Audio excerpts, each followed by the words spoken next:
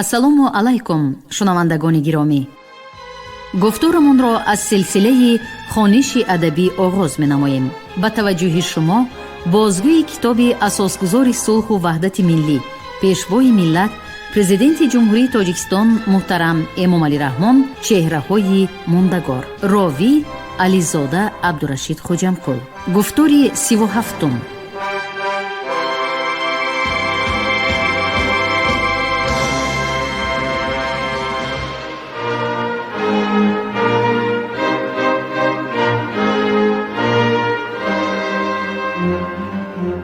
تاریخ گواه است که این سرزمین ابرمردانی را به دنیا آورده است که هر کدام در زمان خیش با خیرت، ذکاوت، دانش و فضیلت به درجه شهرت پیدا کرده بودند که ثمره عمر و خدمت بی‌نظیر، مقام و منزلتشان همیشه و در همه دور و زمان باعث ستایش و قدردانی می باشد. یاد آوردن و معرفی کردن شجاعت و دلیری، فضل و دانش و بزرگی و توانمندی آنها دلیل احترام ما به تاریخ و سیماهای تاریخی و فرهنگی خلق عزیزمان است. امامعلی رحمان، پرزیدنت جمهوری تاجیکستان.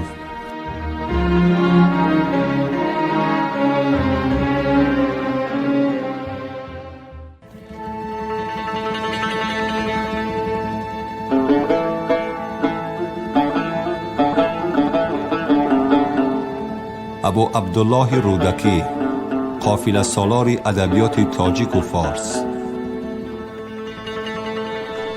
اشعار رودکی با سبکی نهایت ساده و روان آفریده شده است که امروز یعنی پس از 11 عصر نیز به هر خواننده فارسی زبان فهماست. رودکی نه تنها شکل و مضمون نظم تاجیک را به تکامل رسانید، بلکه با ایجادیات غنی، گرانبها و ناتکراری خود به سبک خراسانی ابتدا گذاشت که آن را سبک رودکی هم میگویند. او همچنین اساس ادبیات تاجیک و گذشته از آن بنیاد تمام ادبیات فارسی زبان را استوار کرد. نظم کلاسیکی جهان با میراثی گرانبهای شاعری بزرگی تاجیکان غنی گردید، ولی افسوس که این گنجینه بی‌بهای سخن و کاخی بلندی شعری رودکی بر اثر حمله های اجنبیان در طول 1000 سالها خراب شد و تلف و تاراج گردید. از طاق و رواقهای محتشمی این کاخی سخن تا زمان ما پاره و خیشتهای پریشان باقی مانده است.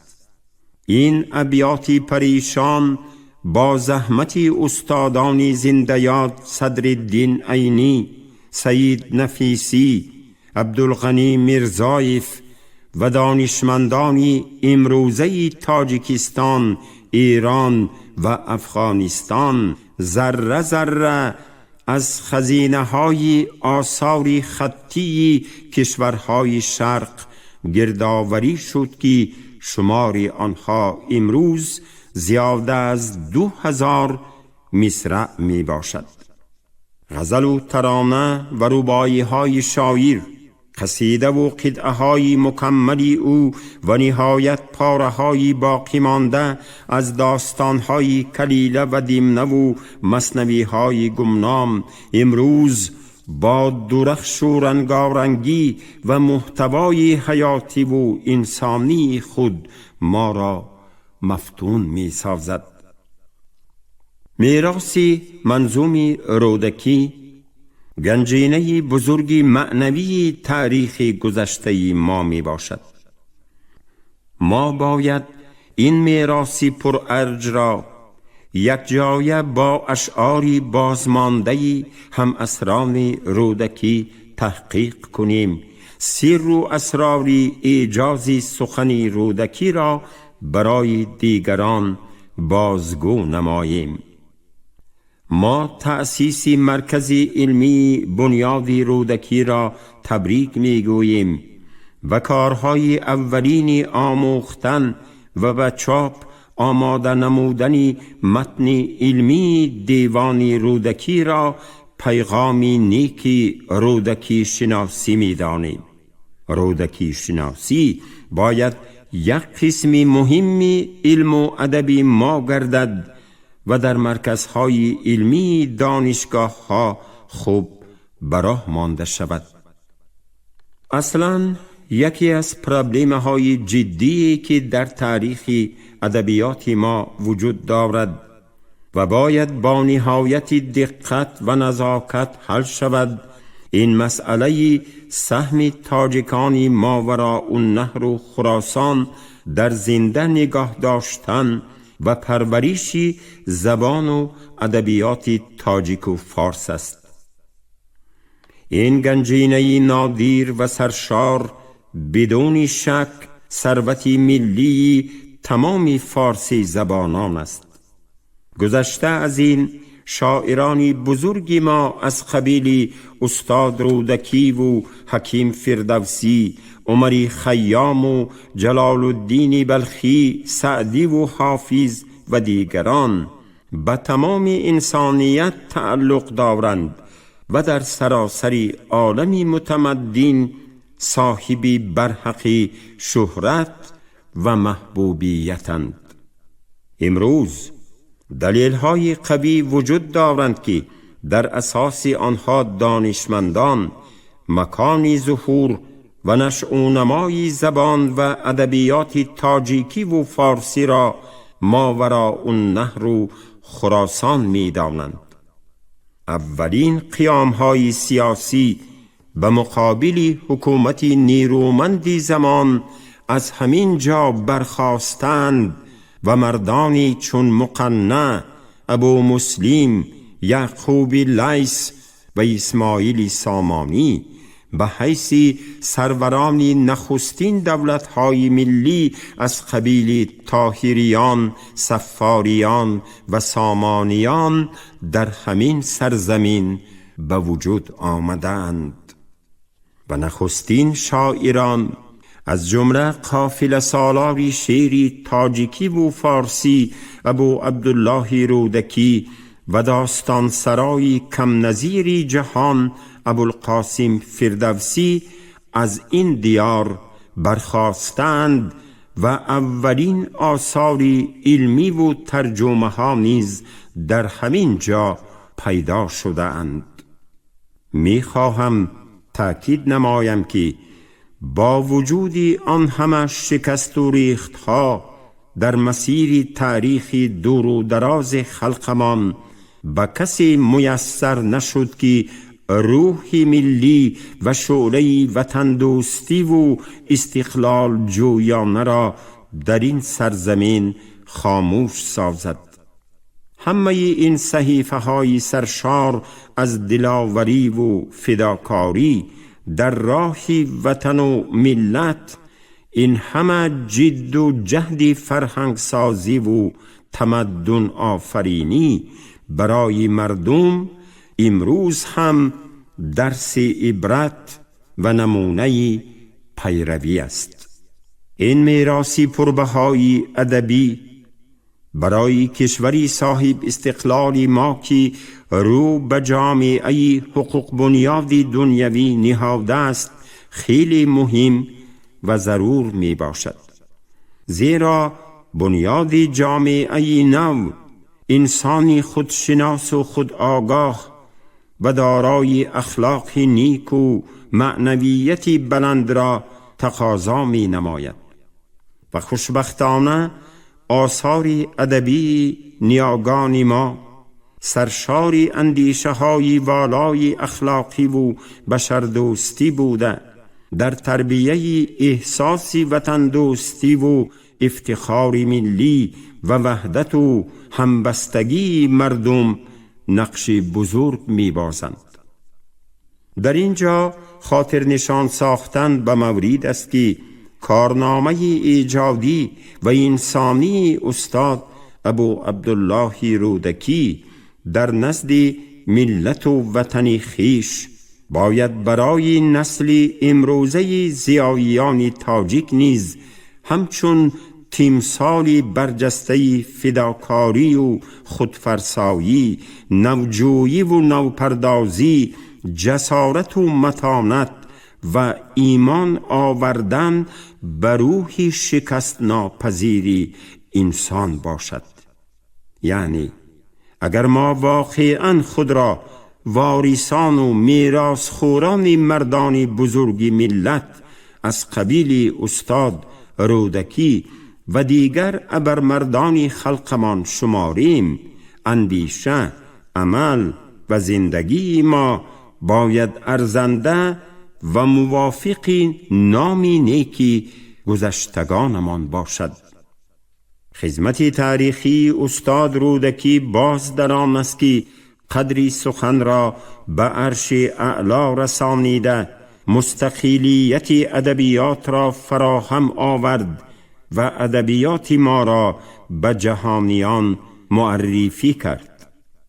شعر رودکی با مضمون و محتوای عالی و ارزش‌های بشردوستانه خود اهل بشر را به صلح و رفاقت، دوستی و عدالت، روزگاری با سعادت، آزاد اندیشی و همگرایی دعوت ساخته، همچون رمزی وحدتی فرهنگی به مردم عالم تا کنون خدمت می رساند. شعر رودکی در تاریخ مردم کهن بنیادی ما به مانند گلبونی همیشه بهاری است که با نکهت عطربارش زندگی ما را دایم معطر و زیبا می سازد.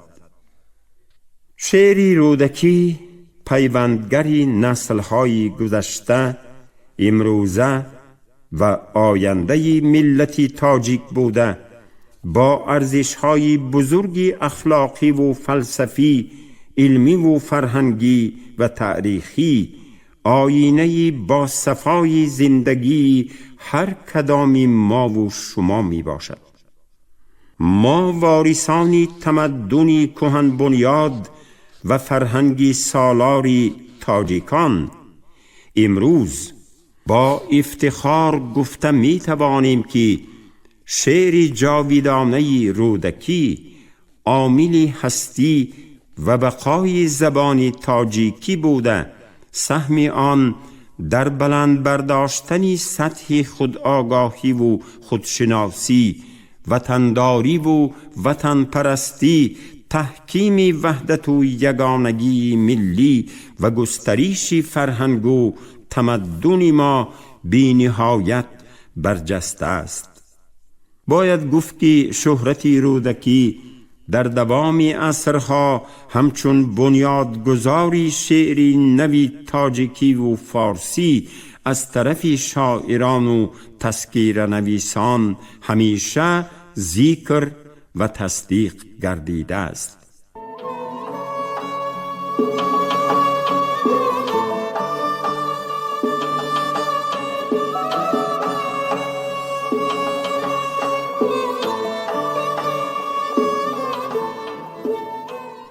رودکی شناسی در علم شرق شناسی روسیه و مملکت‌های غرب نیز موقعی کلان داشت و ما از خدمت‌های دانشمندان آلمان، فرانسه، انگلستان و کشورهای دیگر منت داریم. از سالهای 20 عصر گذشته، یعنی از آغاز تأسیسیابی جمهوری تاجیکستان، رودکی همچون پرچمی هویت ملی تاجیکان شناخته شد. استاد صدرالدین عینی و اکادمیک باباجان غفورف برای همچون شاعری ملی تاجیکان شهرت یافتن رودکی خدمت‌های بزرگی کردند.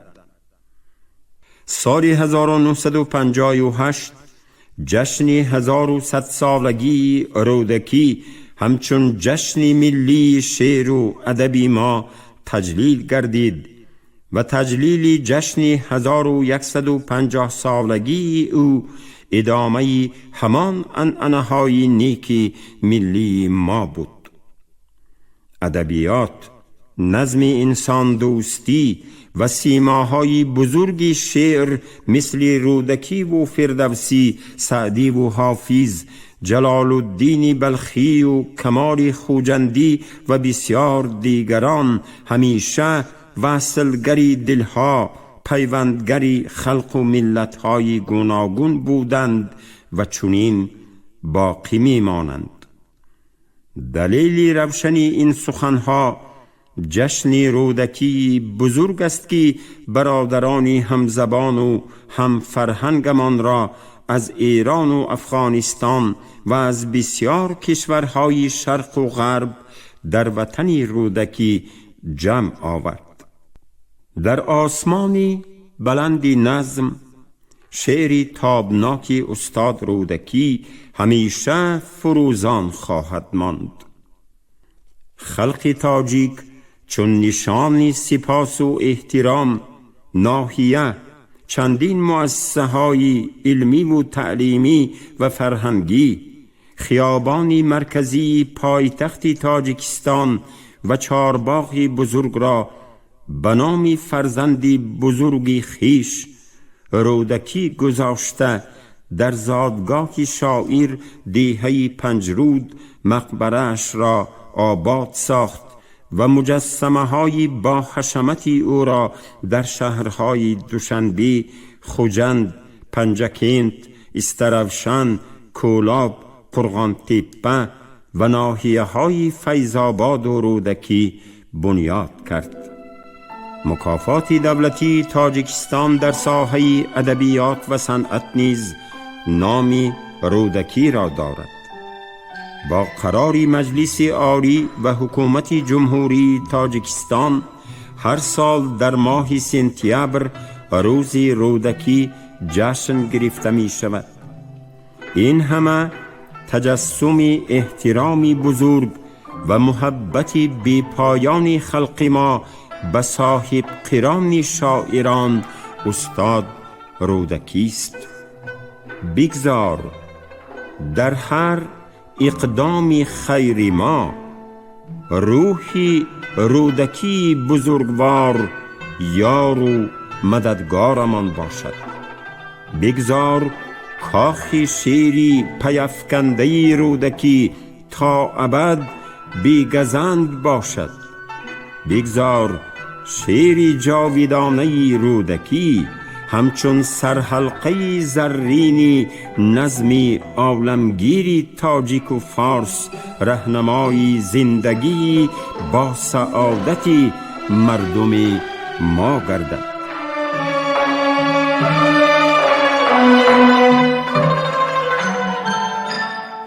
ابوالقاسم فردوسی، ستایشگری عدل و راستی و نور و خیرت.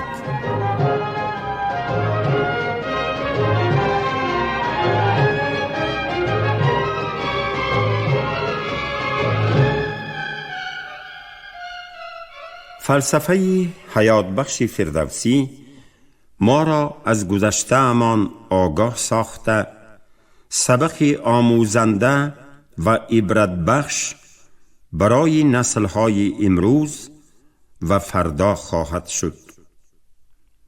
خلق تاجیک مثل همه قوم‌های دیگر ایرانی از آن افتخار دارد که حکیم فردوسی در شاهنامه جاویدانه خود منظره بسا برجسته وطنمان را از نخستین پدیده های زندگی در این سرزمین تا روزگار خود با قلم سحرآفرین تصویر نموده است و ما همراه نویسنده این حماسه جاویدانی شاهدی هم فیروزی ها و هم ناکامی ها، هم سربلندی ها و هم شکست ها می شویم. بدخشان و بخشان و ختلان و فرغانه و خوارزم و تخارستان، سوخت و باختر و ملک شومان در شاهنامه با تمامی کوه و دشت و دمنهایشان به طوری حیرت انگیز به قلم داده شدند. شاهنامه تنها کتابی بزم و رزم، دلاوری و قهرمانی، روایت و افسانه نیست. وی پندنامه‌ای بی‌نظیر، اخلاقنامه و دستوری آموزنده‌ای خلق و اطواری حسنه، خصلت و خصوصیاتی نیکی انسانی است. از داستان‌های جنگی، عشقی و نقل و روایات شاهنامه ما تاریخی پر افتخاری خلق‌های آریایی نژاد، سنت و عنعنه‌های مردم، آدابی زیست و زندگی، آیینی مملکتداری، رعیت پروری و تندرستی، تأمین استقلال کشور، آزادی و آزادگی، معنای جنگ و صلح و شناختن حق و باطل، فیروزی نور بر ظلمات، مردم شناسی، حل و فصل مشکلات بین دولتها، بی معنا بودن اختلافات دینی و مذهبی، احترام گذاشتن به حق و حقوق دیگران و دوستی و رفاقت را می آموزیم. من باور دارم که در مناظره های علمی پیرامونی بزرگترین کتابی تاریخی ایرانیان، بلکه تمام جهانی عقل و خرد، پهلوهای گوناگون فلسفه فردوسی بزرگوار بررسی خواهد شد و این امکان می دهد که محتوای شاهنامه را بهتر و خوبتر درک نماییم و از مبارزه نیکی با بدی، نور با ظلمات دقیقتر آگاه شویم.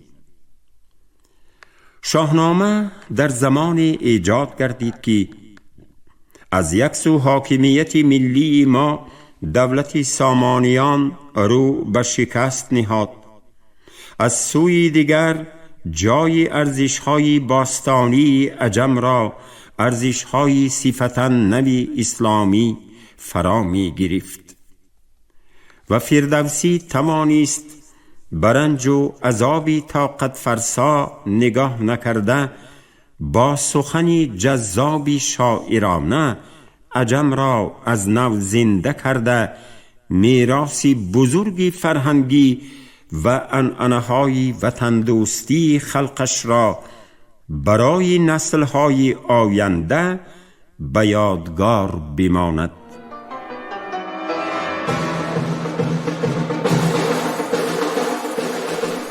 در شاهنامه هم جنگ‌های داخلی ولایت‌های ایران زمین همچون جنگ‌های زشت و بی‌معنا که از آغاز غارتگری می باشند بسیار تصویر شده‌اند.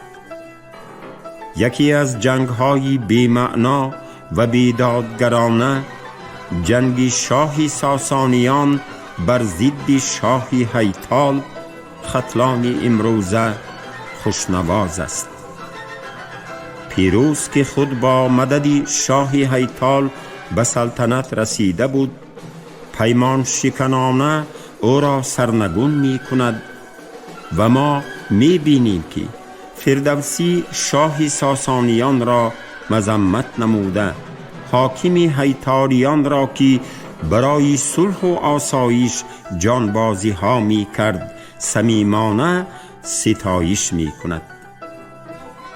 به قول فردوسی تنها همان نیروهایی که در خدمت عدل و عدالت می باشند قابل ستایشند. در جنگ‌های دامنه‌داری ایران و توران هم فردوسی ایرانیان را فقط همان لحظه های ستایش می کند که آنها برای داد و عدل مبارزه می کنند، زیرا جنگی بی عدالتانه غلبه نیست. که هر کو به بیداد جوید نبرد، جگر خسته باز آید و روی زد.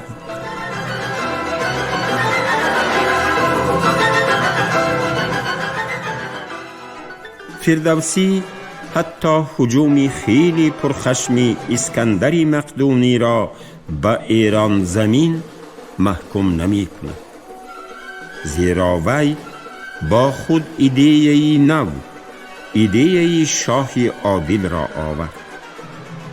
رستم دستان، این پهلوانی جهان هم به هیچ روی مایل نمی شود که در جنگی بیداد غلبه کند و می گوید اگر کاری من حق نیست بگذار با دست دشمن کشته شوم. سر و اسرار تصویرهای زیبای شاهنامه هم در آن است که فردوسی فقط جنگهای عادلانه را ستایش کرده، خواننده را همراه خود وارد صحنه نبردهای عادلانه می سازد. حکیم ابوالقاسم فردوسی به صفت یک انسانی پاک نژاد و پاک گوهر و شخصیتی نابیغه و داستان سرایی بی همتا، سلطانی شعر و ادب فارسی گویان جهان، واقعاً فلسفه و ادب ما را نیروی تازه بخشیده، شعر را به هر درد دوا و یاور و مددگار و جان بخشی مردم گردانید. فلسفه منظومی او مالامال غایه های وطن پرستی، بشردوستی، پاکی و نفاست، صلح و صفا، پند و اندرز و اخلاق حمیده، شعری نبرد و مبارزه و جانبازی ها در راه آزادی خلق و وطن، در راه عدالت و راستی است. حکیم فردوسی به صفت یک حماسه سرای نابیغه و بزرگترین داننده تاریخ و زندگی نامه گذشتگان خیش، تاریخی چندین هزار ساله را در دل و دیده عالمیان از نو احیا کرده، از قسمت و سرنوشت مردانی بزرگ تاریخ ما و رویدادهای زندگی نتیجه ها برداشت و حاصل این برداشت پند و اندرز و خلاصه های سرشار از حکمت است که ما را به راه راستی هدایت می کند. حکیم بزرگوار توسی توسط شعری اصیل، عنعنه و دستاورد، حکمت و خرد، جسارت و مردانگی، قدرت معنوی و اخلاقی، ننگ و ناموس، غروری ملی و قهرمانی های بی مثلی مردم ایرانی نژاد را به گوش جهانیان رسانید. بسیار خلقهای عالم به تاریخ ایرانی باستان کارنامه فرزندان دلیر و عنعنه و سنت‌های ملی آن توسط شاهنامه آشنایی پیدا کردند. شما گفتار 37 را از روی کتاب اساسگذار صلح و وحدت ملی، پیشوای ملت، پرزیدنت جمهوری تاجیکستان محترم امامعلی رحمان چهره‌های ماندگار در قرائت راوی علیزاده عبدالرشید خوجمقل شنیدید. کارگردان شیرعلی نغزلی، منظم آواز کریم طالبوف. پایان گفتار از سلسله خوانش ادبی.